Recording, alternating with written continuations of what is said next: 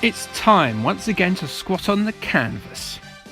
Let's ready ourselves to perform a cheeky RKO on yet another trio of handheld wrestling titles. And I'm getting a bit of a dead leg waiting for one of these to actually be good. I mean, some of them have been average so far, but none of them have been truly good. The majority of wrestling games on Nintendo's handhelds have been closer in quality though, unfortunately, to Jackie Gader than Trish Stratus.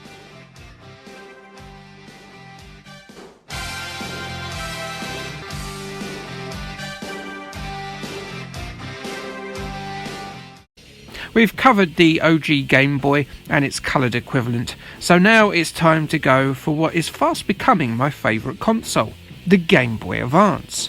The Game Boy Advance, of course, launched in 2001, a transitional time for both video games and the WWE. In video games, the era of the fifth generation of consoles was coming to an end, with the launch of the Xbox and the GameCube happening in 2001, along with the release of this, the true next stage evolution of the decade-old Nintendo handheld. It's great, the Game Boy Advance. It's a Super Nintendo you can take for a walk like a dog. Please know that it's recommended not to drag your console behind you on a lead, though. Professional wrestling also had quite the year. The big three became just one, as ECW and WCW, a pair of promotions that had given the WWF more than just robust competition throughout the last stages of the 1990s, ended up becoming part of the World Wrestling Federation. A series of poor business and booking decisions resulted in both companies running up huge debts, and Vince McMahon swooped in and absorbed them. Not only this, but the WWF held what many consider one of the greatest pay-per-views of all time, Wrestlemania 17. It was a celebration of what remains to this day the last truly golden period in American wrestling. That era, of course, was called the Attitude Era, and Wrestlemania 17 would end up being a sort of a passing of the torch occasion to the still incredibly good but not as successful Ruthless Aggression era. Stone Cold Steve Austin and The Rock, the two biggest names in wrestling, were around a year or two from finishing up as regular grapplers. There was a new generation coming through, a mixture of young stars from the Attitude Era such as Edge and Jeff Hardy, an influx of WCW talent like Rey Mysterio, Booker T and Eddie Guerrero, and some brilliant talent from WWF's developmental like John Cena, Randy Orton and Brock Lesnar. They were assisted by the experience of pan-generational talent like The Undertaker, Triple H and the returning Shawn Michaels. The WWF would never have a better roster of talent. But the Ruthless Aggression era was when interest in WWF and wrestling in general was petering out for a little while. I say a little while, but it's never really recovered, and while new promotion on the block AEW has in the last couple of years brought a buzz of excitement back to wrestling, it hasn't really brought back a lot of its viewers. Still a lot more viewers than my videos get, eh? So, to the triple threat of Game Boy Advance wrestling games then, all of which were published by THQ and all of which were developed by Natsume. Natsume were a highly productive developer across the Game Boy Color, Game Boy Advance and the DS. Natsume's biggest title was probably the farming RPG come simulator Harvest Moon, but other TV show adaptations came from them such as Buffy, Power Rangers and SpongeBob SquarePants. There were a lot of portable versions of big name games that they developed as well, like Mega Man and Croc. The first of these titles is WWF Road to WrestleMania, released in November 2001. Road to WrestleMania would be the last handheld title to feature the title WWF, as the corporation would shortly lose its moniker on a pole match against a burly panda who looks after animals for charity. Like all the Game Boy Advance games, Road to WrestleMania can be played single player or over a link cable for multiplayer laughs. Up to 4 players can enjoy this. Lovely. The 24-man wrestler is pre-WWF acquisition of WCW, but there is still a healthy selection of talented grapplers that had migrated over from World Championship Wrestling due to being disgruntled with how that promotion was being run. Chris Jericho, Eddie Guerrero and Chris Benoit all feature from that federation. Tag teams are well represented too, with legendary twosomes like the APA, Edge and Christian, the Dudleys and the Hardys present.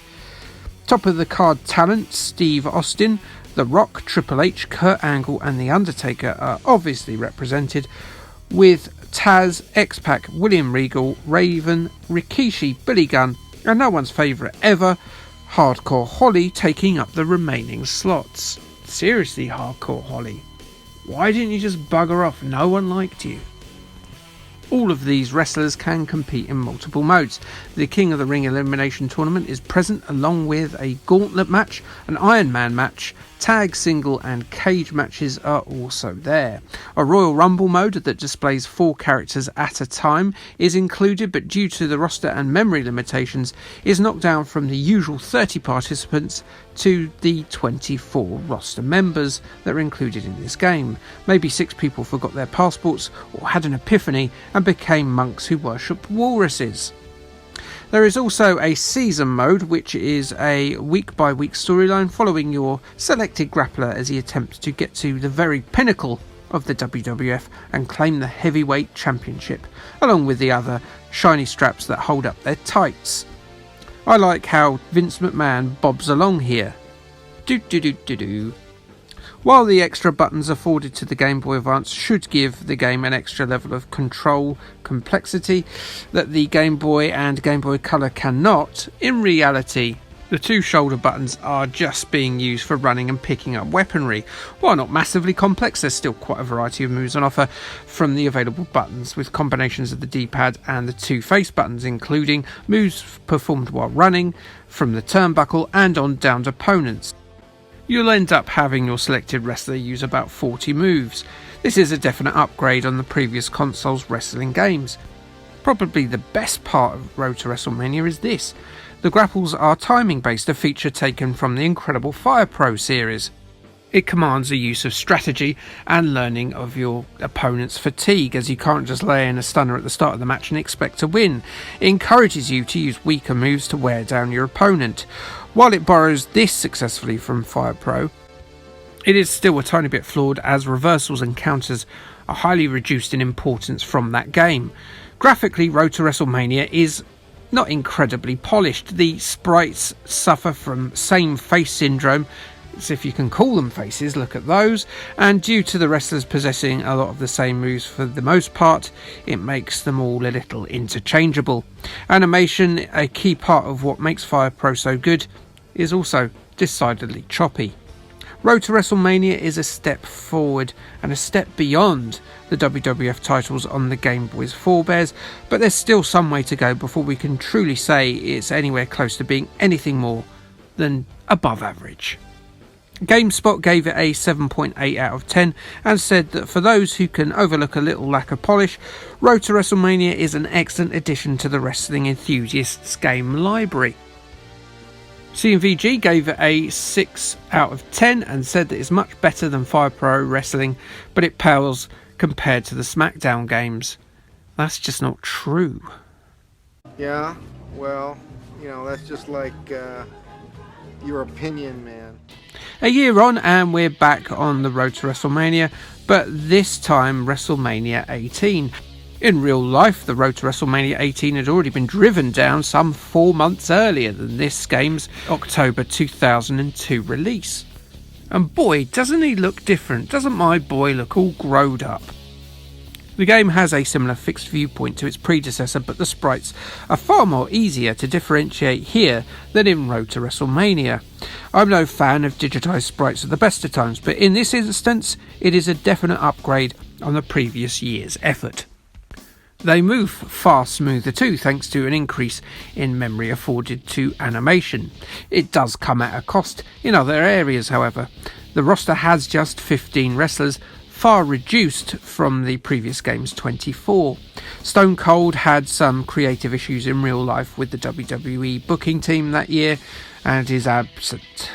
Included are Kurt Angle, Edge, Christian, The Rock, Chris Jericho, Triple H, the Dudleys, Kane, and middle-aged dad going through a midlife crisis, Undertaker. Look at him, he loves his motorbikes. Yes, they all return from the previous game. Added to this, we've got WCW alumni, and, well, they're very decorated ones at that, Kevin Nash and Booker T. The supremely over spot machine that is Rob Van Dam, lanky jobber Test, and old grandpa with old grandpa views, household name, Mr. Hulk Hogan, star of the A-Team Suburban Commando, and Mr. Nanny. Career mode is back with the game, starting the very next day after WrestleMania 17, as you set out your wrestler's plan for canvas domination for the next year's big event.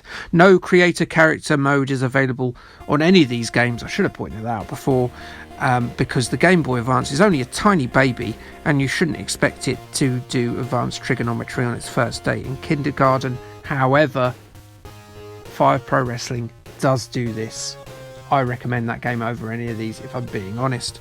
The Gauntlet Survival mode returns, as does the ability to create pay-per-views, the King of the Ring tournament, and the usual tag, hardcore and cage matches that stem from the standard match option. The Royal Rumble is back, but even more wrestlers have gone off to worship the Walrusian deity.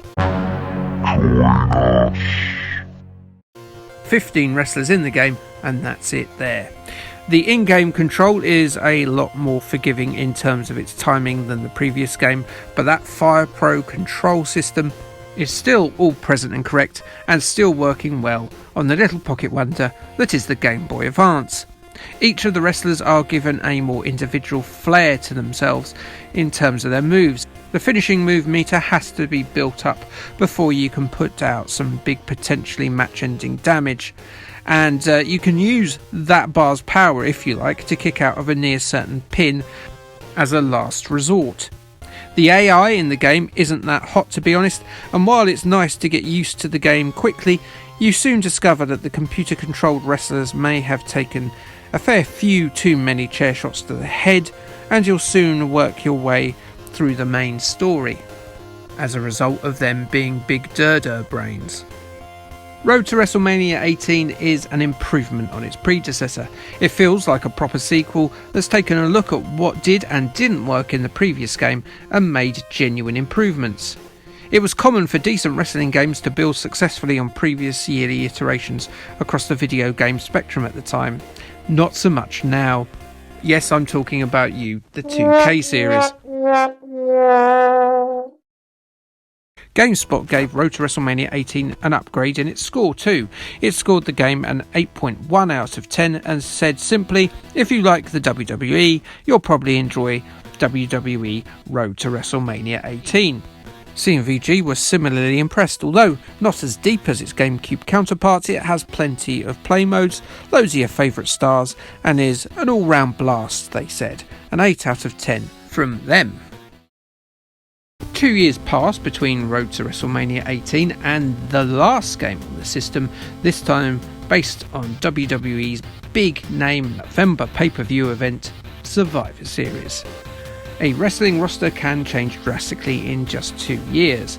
Chris Jericho, Kurt Angle, Booker T, The Undertaker, Rob Van Dam, Edge, Christian, Kane, Triple H are all back from the previous game, along with Chris Benoit and Eddie Guerrero from the first game, a pair who would soon come to tragic ends in real life, one distinctly more tragic than the other.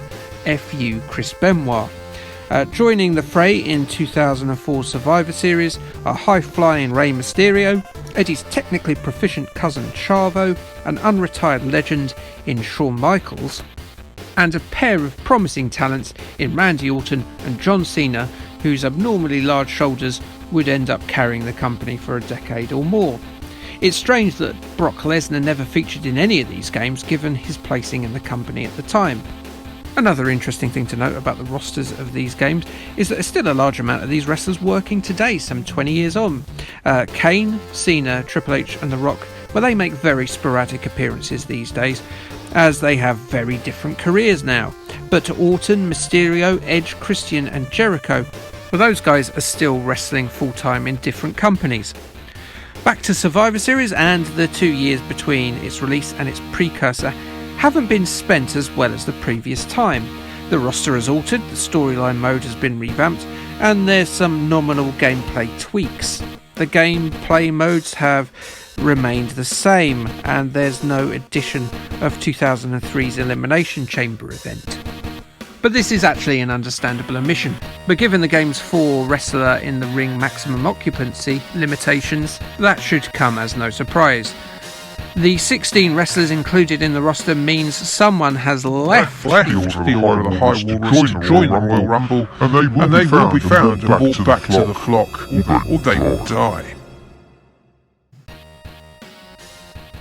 Graphically, we're using the visuals from Wrestlemania 18 again here, and they serve their purpose as well as they did in the previous game. It's only the story mode, really, where we see anything truly different from the game over its predecessor. The sheer amount of wrestlers in the WWE at the time meant a brand split, which was used to give more wrestlers TV time by making half of the roster exclusive to the TV show Raw and the other half exclusive to the TV show SmackDown. This real-world decision is reflected in the game. Your chosen wrestler must impress show bosses Eric Bischoff and Paul Heyman by not just winning matches, but doing it in interesting ways. Yes, you can win every match by repeating the same move, but that will see you get a low match star rating. This won't impress them much like Shania Twain when she doesn't get a man with a hot water bottle. I don't expect you to get that joke immediately, but I want you to pause the video right now until you do, and then you can continue. Although if you're too young to know who Shania Twain is, don't worry. Anyway, have you got the joke yet? Good. Yeah. Okay. Anyway, the star rating is a great feature and encourages you to mix it up and learn more about the game's mechanics, so I'm all for it.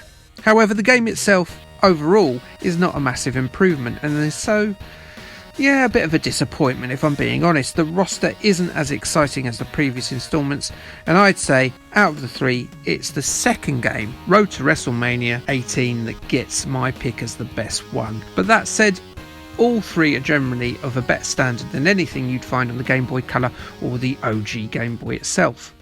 GameSpot weren't keen though on Survivor Series, since WrestleMania 18 they say we've come to expect more from the Game Boy Advance in terms of graphics, audio and depth of play. They gave this game a 5.6 out of 10. No CMVG review for Survivor Series, so let's look at IGN instead. They say it's a shame that THQ felt all the Game Boy Advance deserved was a blatant rehash of the previous game, and they gave it a 6 out of 10. So anyway, that brings an end to our spandex and canvas tour of the Game Boy Advance. And let me just say this though first. Like, subscribe, and K thanks, bye.